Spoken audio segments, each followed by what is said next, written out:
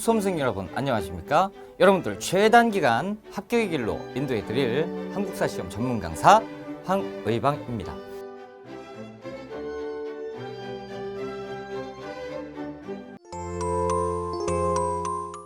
국학입니다. 자, 국어학자 한번 봅시다. 국문연구소 그래서 최초의 국어기관이었고 조선어연구회와 조선어학회는 꼭 시험 나오죠. 그래서 잘 알아두셔야 돼요.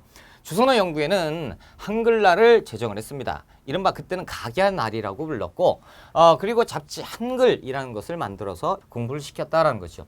31년부터 42년까지 활동을 했었던 조선어학회. 자, 한글 맞춤법 통일안과 조선어 표준어는 만들었습니다.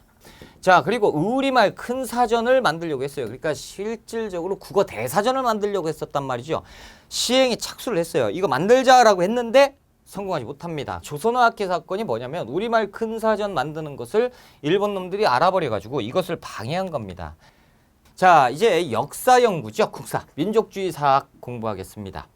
박은식 선생은 이제 역사, 그러니까 이제 국사, 한국사를 혼으로 왔습니다. 그래서 한국통사, 한국독립운동지열사를 저술을 했는데 한국독립운동지열사는 우리나라의 독립운동 역사를 정리를 했다라고 보시면 되겠습니다. 그리고 구한말의 유교구신론. 자, 또한 신채호 선생은 낭가사상이라고 해서 낭사상을 중요시했다라는 거죠. 그래서 조선상고사, 조선사 연구초 굉장히 중요하고 시험 문제 잘 나와요. 자, 정인보 선생은 얼사상을 얘기했습니다. 5000년간 조선의 얼. 자, 그리고 이제 문일평 선생인데 문일평 우리 민족의 마음이 역사다라고 생각을 했어요. 그리고 조선학 운동인데요. 정인보, 안재웅, 정약용 선생의 여유당전서의 하나의 전집으로 만들자 하는 작업을 하게 되는데 그때 이제 작업하면서 우리 민족의 역사를 실학에서 찾아도 되겠다라는 운동이었다라는 것이 조선학 운동입니다.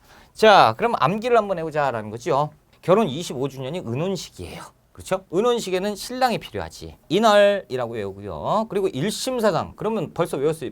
자, 우리가 사회경제사학인데 이 백남은 선생이거든요. 사적 유물론, 사회경제사학 전체성을 비판했죠. 그래서 조선사회 경제사 꼭 시험 문제 나오게 되니까 체크를 하시고 종교활동이에요. 자, 종교. 민족 종교를 먼저 봅시다. 대종교죠. 단군신앙이에요. 누가 만들었어요? 나철, 오기호 이분들이 단군신앙을 만들었다. 자, 그리고 만주 지역에 부장 독립투쟁을 전개했기 때문에 군대가 있었다. 중강단이고 이 중강단이 1911년, 중강단이 1919년 불노 궁정서군으로 갔으니 김좌진 장군도 대종교를 믿었고 자, 불교 한용운 선생이 목숨 걸고 청년들과 함께 조선불교 유신회를 조직합니다. 천도교는 제2의 3.1운동을 계획합니다. 그래서 기관지, 만세보, 개벽, 어린이, 학생 등의 잡지도 만들었으니 이 빨간색은 안 외우면 안 된다는 거 무조건 외우시고 천주교의 군대는 의민단, 대종교의 군대는 중광단. 그렇죠? 이렇게 보시면 됩니다. 그리고 잡지 경향을 출간을 했던 천주교다. 자, 우리가 이제 무장독립투쟁 쪽으로 갈 거예요.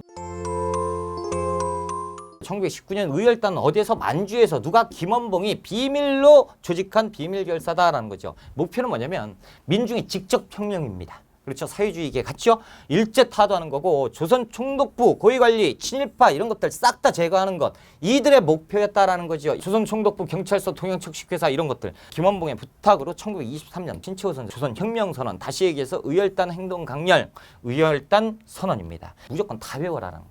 다 외워라.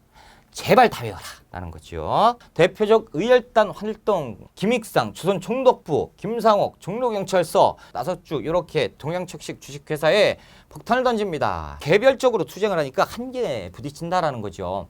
그래서 1920년대 후반에는 조직화합시다로 가게 됩니다. 그러면서 이 단원들이 황푸군관학교, 중국의 학교인데 여기에 입학을 하면서 군사정치훈련을 제대로 받고 장교로 육성이 됩니다. 그리고 우리는 조선혁명 간부학교를 김원봉 선생이 만들어서 직접 설립하고 운영하니 이때부터 사회주의계의 무장투쟁, 그러니까 독립운동가, 무장독립운동가들의 장교들이 양성되는 것이 조선혁명 간부학교예요. 한인애국단입니다. 1931년 김구가 상하이에서 조직합니다. 임시정부의 위기를 타개하기 위해서 무력단체를 결성합니다. 이봉창 의거를 먼저 보자라는 거죠. 일본 국왕에게 폭탄을 던져요. 사쿠라다 문 의거라고도 하는데 불발이 나면서 실패를 한 것이 이봉창 의거예요. 정말 안타깝지, 그렇죠? 그리고 상하이 침략했습니다. 얘들이 상하이를 점령했어요. 열받았어. 그래서 우리가 상하이 점령 기념식장 훈코공원에 가지고 투탄, 폭탄을 던져버렸단 말이죠. 그래서 우리가 여기를 승리를 했다라는 거예요. 그때 이제 중국 국민당 정부의 총통 장제스가 중국 1억 인구가 해내지 못한 일을 한국의 한 청년이 단행했다 라고 얘기를 합니다. 극찬을 해버리는 거지. 국민당 정부가 대한민국 임시정부를 이제부터 적극적으로 지원하게 되는 계기가 됩니다. 그러면서 침체된 임시정부의 활동이 굉장히 활발해져요. 1940년에 우리나라에 정규군인 한국광복군이 만들어지게 되는 계기가 여기에 있다라는 거예요. 그래서 윤봉길 의거 엄청 중요하고 이봉창 의거 엄청 중요하고 한인애국당 다 중요하다는 거죠.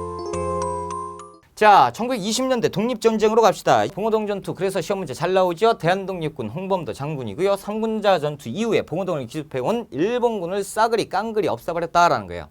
자, 그리고 나서 청산리 대첩이 10월 달에 있는데 북로군정서군, 대한독립군 이 뿐만 아니고 여기에 있었던 연합군들이 싹 다 모여서 기다리고 있었다라는 거예요. 일본 놈들이 혼준 사건을 조작을 해가지고 대부대를 청산리에 보냅니다.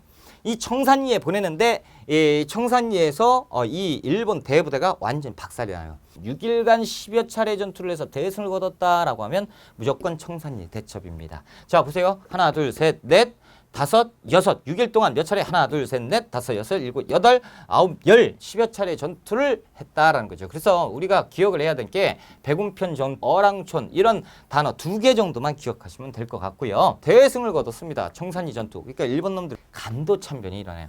이 간도참변이 1920년 경신년이거든. 그래서 경신참변이라고 부르는데 그렇다면 이제 독립군부대가 이동을 하죠. 밀산부에서 독립군부대 연합을 했습니다. 뭐라고? 대한독립군단 시험 문제 엄청 잘 나와. 선택지 엄청 잘 나온다고. 그래서 소련 내에 이동했는데 이 소련 내 가봤더니 자유시 참변이 적색군에 지원을 한 독립군입니다. 적색군이 승리한 적색군이 배신을 하면서 우리가 무수히 많은 피해를 입게 됩니다. 본토로 다시 돌아가자 해서 독립군들이 다시 이동을 하고 그 독립군들이 이동했을 때 그곳에 산부가 있었습니다. 그 산부에 흡수가 되고요. 미스야 협정이 체결이 되었다라는 것까지 하고요. 쉬었다 갈게요.